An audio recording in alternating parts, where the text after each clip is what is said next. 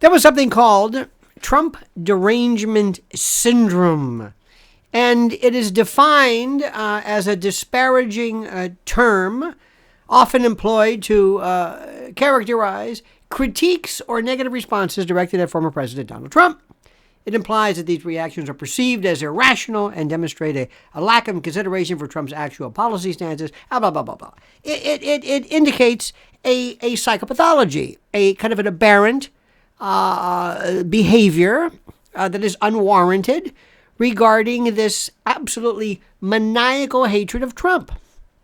Move that out of the way and enter Israel derangement syndrome, which I believe is a term that might have been coined initially by Alan Dershowitz.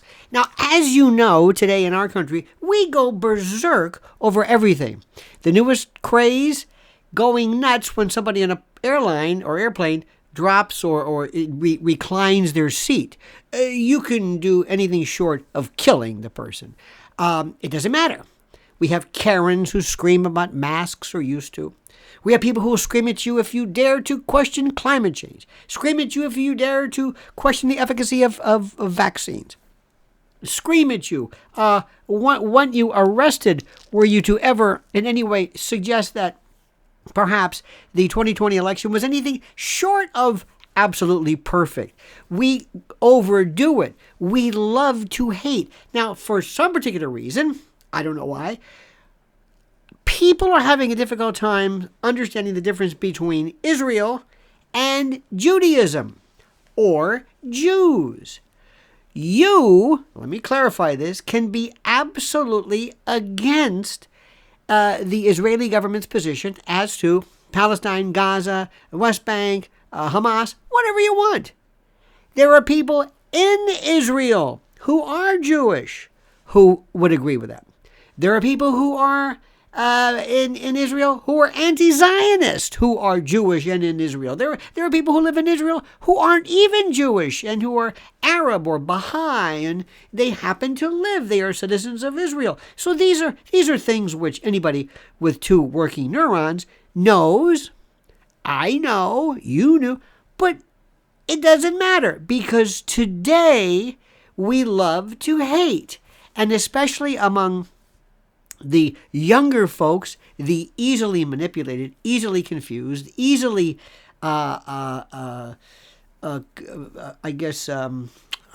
stirred up, if you will. People who love these concocted hate vectors of whatever.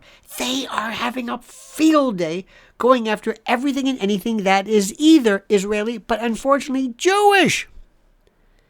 I have a friend. A friend happens to be Jewish. He owns a business. He decided to put up some little flags, little Israeli flags, on his site, in front of his business. 17-year-old kid walks by, grabs it, stamps on it, and throws it away. I said, it's probably not a good idea for you to do this. He says, but I have a right to do it. I said, yes, you do have a right to do it. There are folks who dared to bring up, Charlie Hebdo and, and you know what happened with that? These people are crazy. These people are nuts. I am telling you, it's this new world we live in. And even though I know what you're saying is true, even though I know that you can support your country, I don't know one thing my country has done, my government has done, maybe since World War II, that I would say, sign me up for that. I agree. So I've never become or thought of myself as un-American. I understand how I can support my country, but not my government. Try making that distinction today, because it is now much like the same mindless fad of magnetism, if you will, this weird pathology and addiction that we have to fads that make people walk around with these hideous tattoos because they want above all to fit in. And if fitting in is to scream and yell against Israel and to confuse the issue of Israeli military action with Judaism, don't worry about it. It doesn't matter. Nobody's going to correct you because we're stupid today. Now let me fill you in on a few things. I have been saying since October the 7th, Israeli government, Israeli military, you really should be rethinking this. I understand what you are saying. I understand what Hamas means. I understand all of this. I recognize the arguments that are being made. I understand how Gaza has been used as basically a launching platform for missiles and the like, and how, unfortunately, the people of Gaza have been caught in the crossfire. And I understand that. But I have been saying, you're being played by Hamas. They are playing you. They're pulling you into this. You can't do this. The only solution is going to be from some third party, maybe like an MBS or Jordan or Xi Jinping or Putin or somebody coming in to say, we're going to do this. It's not going to be the United States who helps. It's not going to be sheer military brute force. If you pulverize, if you destroy, if you level Gaza, this is the worst thing on so many levels. It sounds crass to say from a public relations point of view or from a political point of view. No, this is not the way to do it. You're right. You're right. And by the way, folks of Palestinian origin, those living in there, Palestinian, you're correct too. The pictures that you're showing, I don't dispute them. You've got a tremendously valid and heart-wrenching a story. This has got to stop. Now, you hear what I just said? Did I say anything anti-Israel? Did I say anything anti-Palestinian, anti-Abu Mazen, anti-West Bank, anti-God? Did I say anything like that? I talked about this. And by the way, do you want me to sit and explain, to go on the record and say, is Hamas a terrorist organization? Do you think that's the litmus test? Do you think that's it? If you're in Gaza and you see Hamas as for the first time, calling attention to your plight, even though you might disagree with the particular methodology, you don't see how they might think differently about it than you do. If you can't see it, you have no business opining about foreign policy. You have no sense of realism. That being said, I got to tell you two stories. One, on Twitter, or X, whatever it's called this week, I noticed I was blocked by a friend of mine, very good friend of mine. I thought maybe he made a mistake. Sometimes people blocked, and he said, sorry, old friend, Palestine is a red line for me. I'm thinking, what the hell does that mean? What? What am I, in the government? Did I do something? Did I say, what? Who the hell am I? Thank you very much for considering me of being of such magnitude that I have a particular active say in this. But what do you think I did precisely? What? Doesn't matter. We're not friends anymore. Okay, fine. Another one. There was a show. Somebody suggested maybe you should come on, but I don't know. We're pretty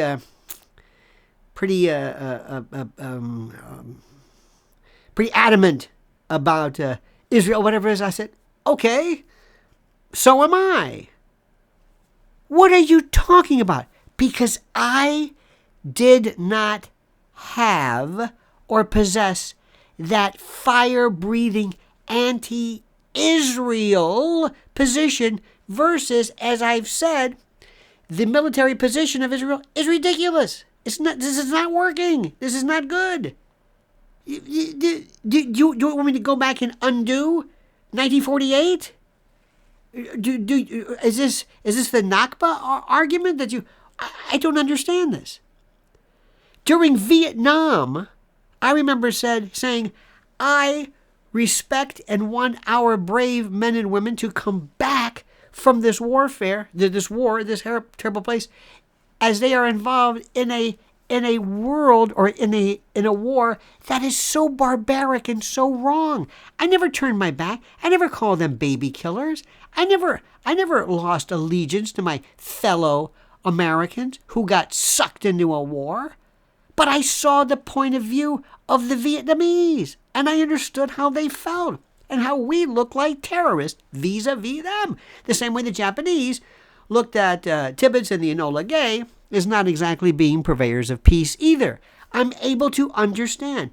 I, like F. Scott Fitzgerald, suggested that a great mind is able to hold two seemingly inconsistent ideas simultaneously without losing one's perspective. So enough with this. Be able to recognize the fact that there is Israel the state, Israel the government, Israeli citizens who themselves could be very well Arab and Muslim and Baha'i and Catholic and Coptic and name it. Understand the plight of the Palestinian citizen who never signed off on Hamas, never signed off on it. You might say, well, you were responsible for voting them in. Really?